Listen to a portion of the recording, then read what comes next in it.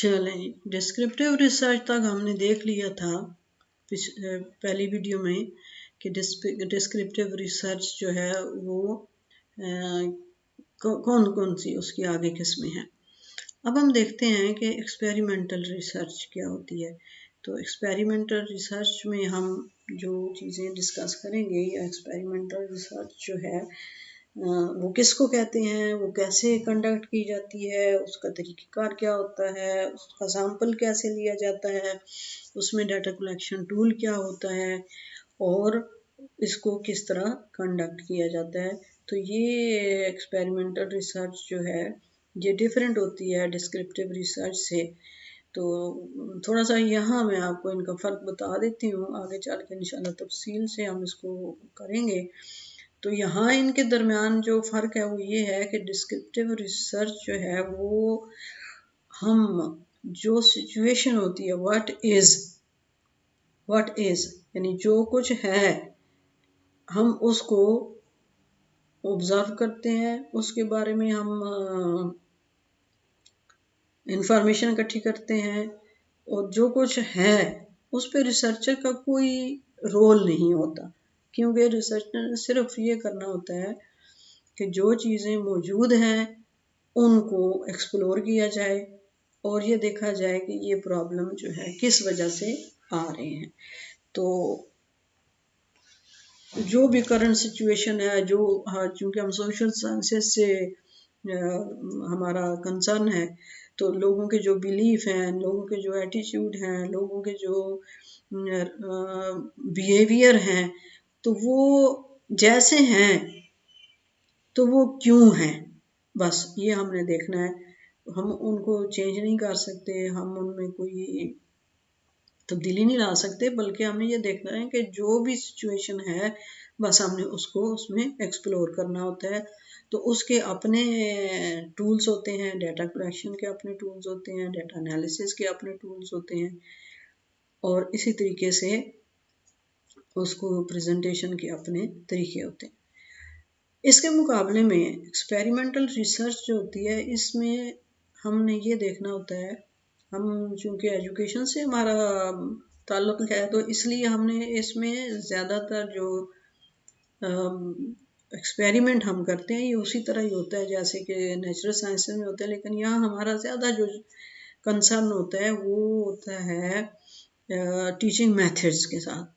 तो इसमें हम ये देखते हैं कि ये एक चीज़ है, इसका इफ़ेक्ट जो है वो किस तरीके से होता है, यानी इसको हम यूँ कह सकते हैं कि experimental research is the real causal comparative research.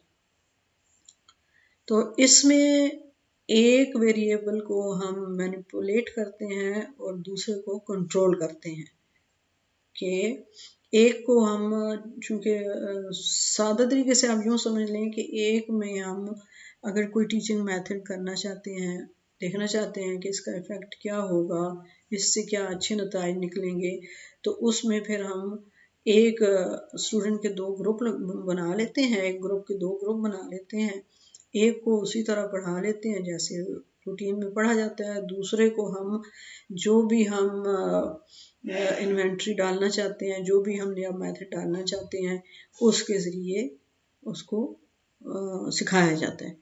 तो एट द एंड फिर दोनों में कंपैरिजन किया जाता है कि इस टीचिंग मेथड का इस ग्रुप पे क्या असर हुआ है। तो फिर उसके लिए भी जिस तरह हमने देखा कि पहले हमने देखा एक मेथड प्रोसीजर होता है हर काम को करने का, तो एक्सपेरिमेंट करने के लिए भी हमारे पास कुछ डिज़ाइन होते हैं वो हम यूज़ करते हैं। जिस तरह कि आप कोई बिल्डिंग बनाते हैं तो स्कूल की बिल्डिंग बनाते हैं उसका अपना एक डिज़ाइन होता है, होटल की बिल्डिंग बनाते हैं उसका अपना एक डिज़ाइन होता है, यानी जिस पर्पज़ के लिए कोई बिल्डिंग बनाई जाती है उसका उस तरह का डिज़ाइन होता है।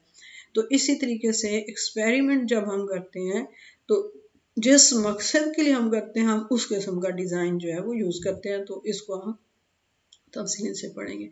लेकिन एक्सपेरिमेंट में एक ख़ास चीज़ जो होती है वो ये होती है कि आया जो हम एक्सपेरिमेंट कर रहे हैं ये कोई इसकी रिलायबिलिटी या वैलिडिटी या कोई इसका किस तरह हम किसी को बता सकेंगे कि हमारा ये एक्सपेरिमेंट हमने किया है तो ये सही भी है या नहीं है।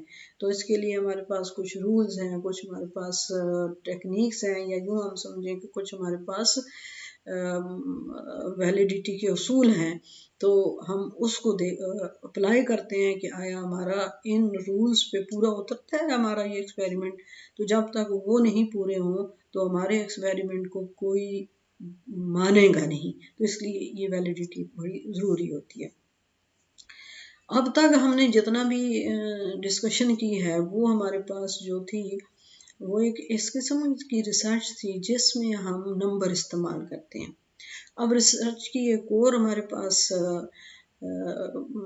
अप्रोच है, यानी इन द बिगनिंग हम यूं कह सकते हैं कि जब भी हम रिसर्च के बारे में बात करें तो सबसे पहले हमें ये बात करनी चाहिए कि हमारे पास रिसर्च की दो अप्रोचेस हैं। एक को हम क्वालिटेटिव कहते हैं और एक को हम क्वांटिटेटिव कहते हैं। तो क्वालिटेटिव में हम हमारे पास जो डाटा होता है या जो भी हम फैक्ट इकट्ठे करते हैं उसमें हम वर्ड्स यूज करते हैं, इन डेप्थ हम एक्सप्लोर करते हैं चीज़ों को, जबकि क्वांटिटेटिव में हम नंबर यूज करते हैं। तो ये बेसिक फ़र्क इन दोनों में होता है। तो बहुत सारी जिस तरह आप देखते हैं कि किसी की ऑटोबायोग्राफी है या कल्चर के और कोई एस्पेक्ट्स हैं जिनको हमने लोगों से उनका बयान लेना होता है, इसको बयानिया रिसर्च भी कहते हैं। तो इसलिए हम ये देखेंगे कि इसकी क्या किस्में हैं और इनका दोनों में क्वालिटेटिव में और क्वांटिटेटिव में फ़र्क क्या है। अब जी हमने रिसर्च भी कर ली, उसके मेथड्स भी देख लिए, उसका डाटा कलेक्शन के टूल भी देख, अब हमने ये देखना है सारा कुछ हमने किया तो हम इससे नताइज कैसे अखज़ करेंगे। तो नताइज अखज़ करने के लिए हमारे पास जो भी तरीक़ेकार हैं उनको कहते हैं स्टैटिस्टिकल एनालिसिस। तो हम ये देखेंगे कि ये क्या होता है, व्हाट इज़ स्टैटिस्टिकल एनालिसिस। फिर डिस्क्रिप्टिव स्टैटिस्टिक्स क्या होती है, मेजर ऑफ वेरिएबिलिटी क्या होती है, कोरिलेशन क्या है, इन्फ्रेंशियल स्टैटिस्टिक्स क्या है। फिर टी टेस्ट हम देखेंगे, सीखेंगे कि ये कहाँ पे यूज़ होता है, ये क्या है, इसको किस तरह से कैलकुलेट किया जाता है और उसके कहाँ क्या क्या यूजेस हैं। फिर हमारे पास एक और टेस्ट होता है जिसको हम कहते हैं chi square test for significance.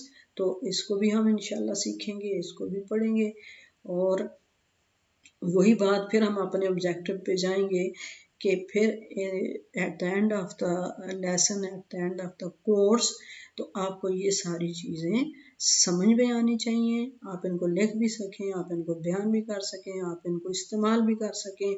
तो ये हमारे ऑब्जेक्टिव हैं। उम्मीद है कि यहाँ तक जो काम हमने किया है, जो भी एक हमने ओवरव्यू लिया है अपने कोर्स का, उसकी आपको समझ आ गई होगी। अगर कोई आपका क्वेश्चन हो तो आप उसको नोट करें, आप उसको फ्रीली मुझसे पूछें और उसका जवाब जो है वो मैं आपको दूंगी जिस तरह भी आप को मुनासिब लगेगा। ठीक है, उम्मीद है कि अब तक का जो काम है वो उसकी समझ भी आपको आई होगी, उसको आपने एंजॉय भी किया होगा और इंशाल्लाह हम आगे जब चलेंगे और काम करेंगे तो उसमें भी आप एंजॉय भी करेंगे, खुशी भी महसूस करेंगे और आपके नॉलेज में भी इजाफा होगा। अल्लाह ताला से आपकी सलामती की दुआ है, अल्लाह आपको कामयाबियाँ दे और हम इस कोर्स को अच्छे तरीके से पढ़ें, अच्छे तरीके से इस पे काम करें। और रिसर्च बहुत ज़रूरी है हमारी ज़िंदगी के लिए, हमारी कौम के लिए। आज जो ये सारा कुछ दुनिया में हो रहा है तो मुसलमान ज़्यादातर इसमें यूँ समझें कि पिट रहे हैं। तो उसकी बेसिक वजह यही है कि हम रिसर्च से दूर हैं। तो आप कोशिश करें, रिसर्च क्या है कि ये सच्चाई की तलाश है और दुनिया में हमारे आने का मकसद भी यही है कि हम सच्चाई की तलाश में रहें, सच को जानें, सच बोलें और सच को फैलाएं।